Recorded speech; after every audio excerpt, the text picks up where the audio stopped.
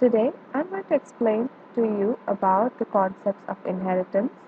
Here, I have a simple ticket reservation system which is used to explain the concept of inheritance. Inheritance is a concept where a particular class can inherit certain properties from already existing classes. The class which inherits these properties is known as the derived class, and the class from which these properties are being derived is known as the base class. Here, I have a abstract class called reservation. Uh, it has all the array variables which is used to store the details. Next, I have a user class which inherits the reservation class, and then I have few variables which is used to keep account of all the seats that are available. The user can perform 4 operations that he can search for the particular bus, train or flight in a particular route. Then he can generate the e-ticket, book the ticket and cancel the ticket. So first, the searching part where the user has to enter his choice whether he has to travel by bus, train or flight, and then based upon the choice the control is being moved on to the particular case. If he wants to travel by bus, then the control is moved to case 1, and here the user has to enter the boarding point and the destination, and then the search function, the srch function is called. The srch function is present in the admin part, where the search function checks through all the available buses, checks if the particular for all the buses in this particular uh, route that has the same boarding point and destination point as per the choice of the user, and then if all the buses that are available is then returned back and it is displayed to the user. Uh, and similarly, it can be done for the train as well as for the flight. Next is the booking part, where the user can choose if it's a bus, train or flight. Say if the user wants to travel by bus, then he has to enter the bus number and the seat number of the user's choice, and then if the particular seat number in that particular bus is available, if it has not been booked earlier, then this booking can be done successfully, and then the ticket, that is the e-ticket, can also be generated. And after that it's done similarly for the train and as well as for the flight. Next is the cancellation part. In the cancel part, if the ticket is being already booked, only then will the ticket be cancelled.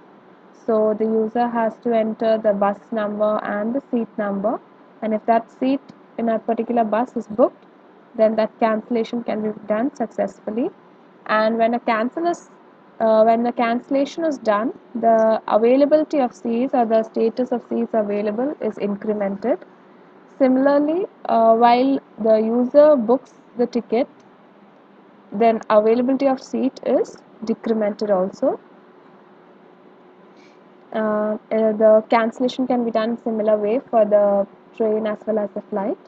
And in the generate e-ticket part, the user has to pass the say the bus number and the seat number, and then the ticket is generated, which consists of the bus number and seat number. Next is I have the admin part, the admin class, which inherits from the user, and then the admin can perform 2 operations, that is manage and create. That is, it can include or in new buses, trains or flights, and all the details of these buses, trains or flights are being managed by the admin. And then he can view the status of the bus, train or flight. For suppose if the admin wants to enter a new bus or enter the details of a particular bus, he has to go to case 1 and enter all the details. First, he has to enter the number of buses to be added. Then, using the for loop, he can enter all these details for the buses. The all details include the bus number, the bus name, the boarding point, the departure time, the destination, and the cost of each seat. It is done similarly for the train as well as the flight. Next is the search function. It's been already done. Search function is used for the searching operation. And then for the view function, which is done by the admin to view the status of a particular bus, train, or flight.